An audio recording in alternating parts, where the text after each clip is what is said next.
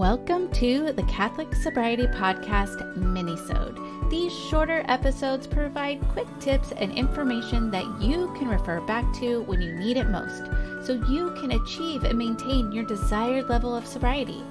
I am your sobriety coach and host of this podcast, Christy Walker. Let's get started.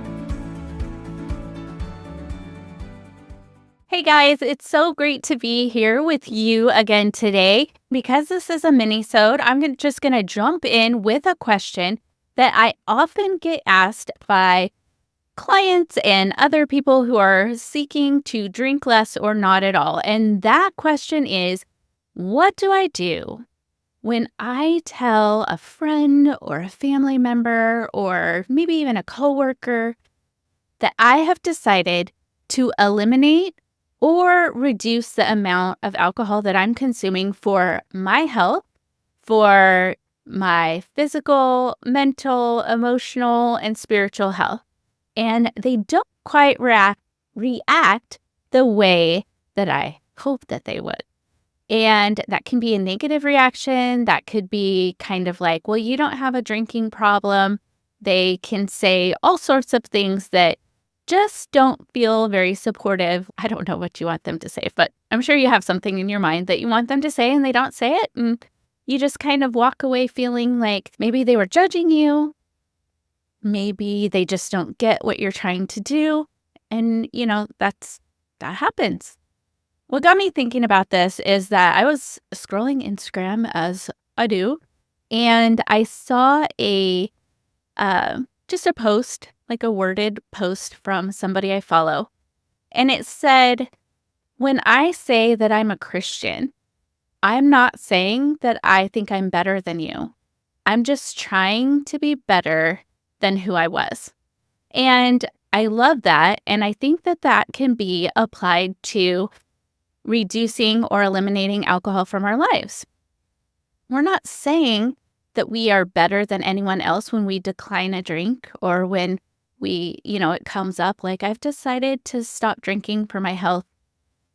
We're not trying to say, like, I'm better than you.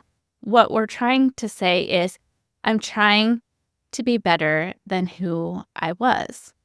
And I think that that is important. So if you're someone who doesn't have a disordered attachment or you don't have an issue with alcohol, then I guess it's just important to keep in mind that their decision not to drink doesn't really have any bearing on whether you do or don't. Most of us are not just sitting there judging somebody because they're drinking. Because first of all, we've been there. So we're not thinking that we're better than anybody else who's drinking. Secondly, we just want you to know that we would love your support.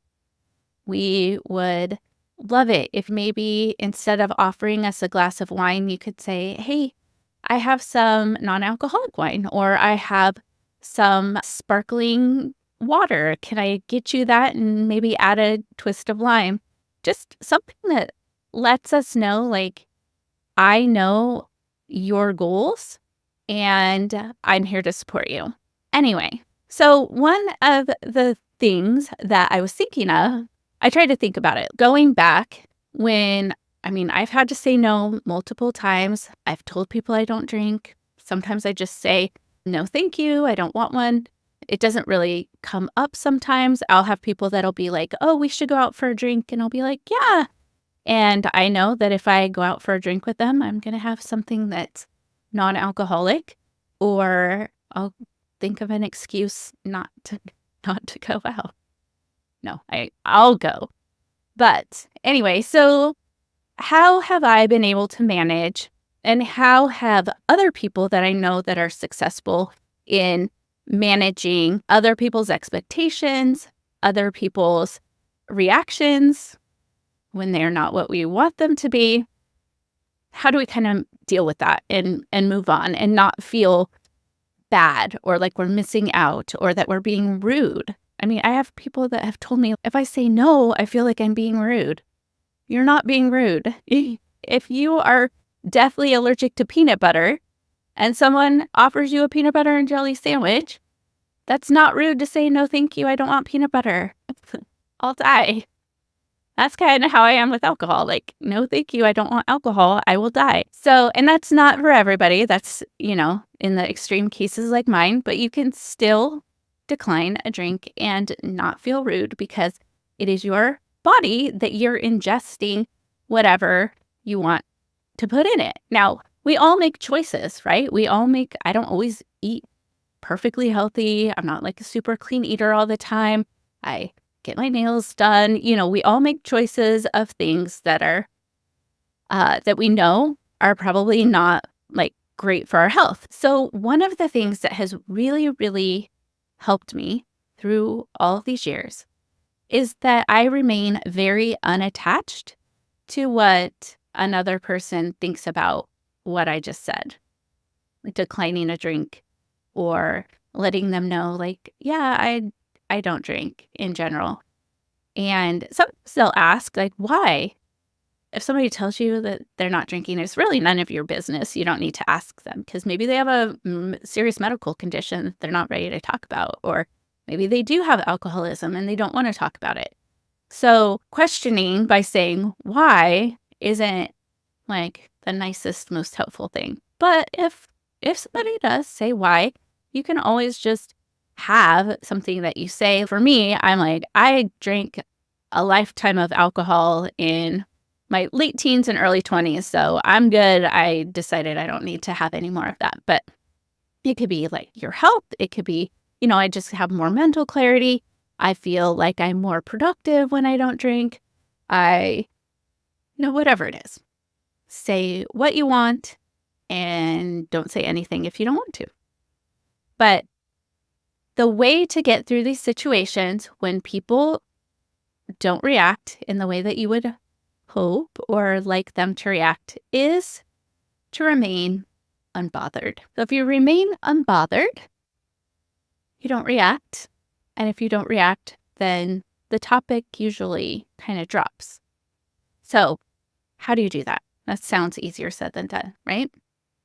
So, my first tip for remaining unbothered is no response is sometimes the best response. So, just if you tell somebody, like, no thanks, I don't want that glass of champagne you're trying to hand me at a wedding, and they are like, why? You're not drinking? You can just say, I'm good, thanks. And then if they keep coming at you, you just don't really respond to it. Or if someone gives you a negative response when you say, well, I'm not going to drink anymore, I'm eliminating alcohol for my physical, mental, emotional, spiritual health. And they're like, well, you're so much more fun when you drink. I just be like, and maybe you walk away. But the fact is, it doesn't really concern them because they're not the one that has to deal with the ramifications of drinking the alcohol. They're not the ones that has to try and wake up early in the morning to, do the thing that you want to do. So, I mean, it's not, if you just look at it that way, they don't live your life. They're not in your body and they can do what they want to do and you can do what you want to do. The second thing, which I guess probably should be the first thing, is to take it to prayer. Like you can just, if somebody says something to me and I feel like I'm going to react, sometimes I just take a deep breath and in my mind, I say, Jesus, I trust in you. And then I let it out and I say, Jesus, I praise you. See, I just did that. It's very easy. You can do it as you're walking away. You can do it after the confrontation. But if you just take it to prayer and let Jesus handle it, let him sort it out for you, you'll feel much better than if you reacted. Because sometimes we react and then we regret it. So just not reacting, just taking that moment to pray or just not giving a response. Those can be a really good tools in remaining unbothered. And then the third is a quote that comes from Lori Deschen, and she says, pause. Practice the pause. Pause before judging. Pause before assuming. Pause before accusing. Pause whenever you're going to react harshly, and you'll avoid saying things you'll regret later, which we just kind of talked about. So sometimes it's just taking a pause, not worrying or thinking about what the other person is thinking, not worrying or thinking about what they're thinking about you or what they're going to say. Just pause and just don't say anything that you will regret later. And I know that you'll be very thankful because I practice this, and I can tell you that 100% of the time, I'm glad that I paused and didn't actually say what I thought I needed to say at the time. Now, the next one is something that I practice with my clients. We usually go through protocols. So if you come to me, if you're a client or somebody that I'm working with, and you say, Christy, I have this wedding that I'm going to. I don't want to drink. I don't want to have any alcohol. My family, they're big drinkers. So it's going to be difficult for me to say no. But I really want to. I'm committed to it. I want to stay on this path of not drinking right now, and I just don't know how to do it. And so what we do is we go through what I call a protocol. A lot of coaches use this. I didn't make this up, but you develop a protocol. And what a protocol is, it's like visualizing what that experience is going to be like. What might people say to you? What might come up? And all of that sort of thing. And then just have a protocol. So let's say you're worried that your Aunt Barbara is just going to push champagne on you for the toast. Like, she is not going to take no for an answer. So I actually have a worksheet, and you go through the worksheet. This is actually in my Sacred Sobriety lab as well.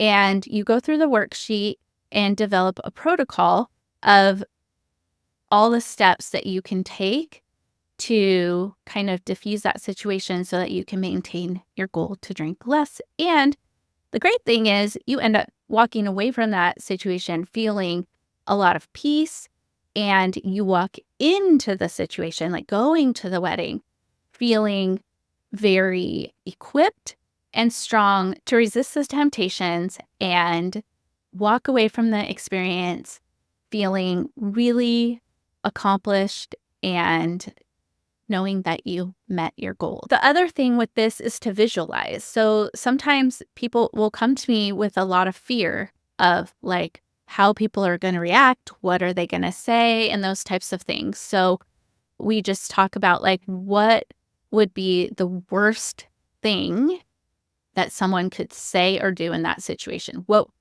Imagine the worst case scenario. So we take that and then we kind of break it down. What that actually does is it diffuses that fear. It diffuses the anxiety because you're preparing for that worst case scenario. Let's say you're preparing for this worst case scenario. You're visualizing how you want it to go, what you want to say, how you want to show up in that situation. And then pretty soon, like when I work through these things with a client, and then I ask them later, like, how does that feel? Like, they have so much peace about it. They have so much peace going into the situation because they've planned and prepared, and they have their protocol. So they go into it knowing that they can get through that situation, and they are very equipped and very powerful to be able to do that. And they visualized it and can continue to visualize that. And it just reinforces it. It's just like practicing an instrument. The more you practice it, the better, like the more naturally it'll come to you. With a sport, the more you practice it, you have that muscle memory, and the more naturally it will come to you. So the same is true also with our thoughts and making plans and protocols. And then one of the last things I would suggest in being able to remain unbothered, but knowing that you do want to have a conversation with the person, is to say, I would love to have that conversation with you, but now is not the time. And then you can figure out a time down the road when you can have that conversation. And that way, you're not feeling caught off guard. You're not feeling attacked. You've both had time to think about the situation. That person maybe has time to think about what they said to you and what you said. And I just think it's a really classy way to respond. Let the person know, I hear you. I value your opinion, but this is not the time for that. And I would love to talk to you about it later. So then they know you're not just shutting them down, that you do want to have that conversation with them later. So, all right. So those are my tips for remaining unbothered. And I hope that they are helpful for you. If you think of any that are helpful for you, feel free to get in contact with me. In my show notes, there's a little feature where you can send me a text. So if you have comments or questions or concerns, or you want to add your own methods for remaining unbothered or dealing with friends and family that aren't super supportive or don't give you the response that you want, I love to hear them. Well, that wraps up today's episode of the Catholic Sobriety Minisode. Thank you so much for joining me, and please be sure to subscribe to this podcast so you don't miss a thing. And remember, I am here for you. I am praying for you. You are not alone.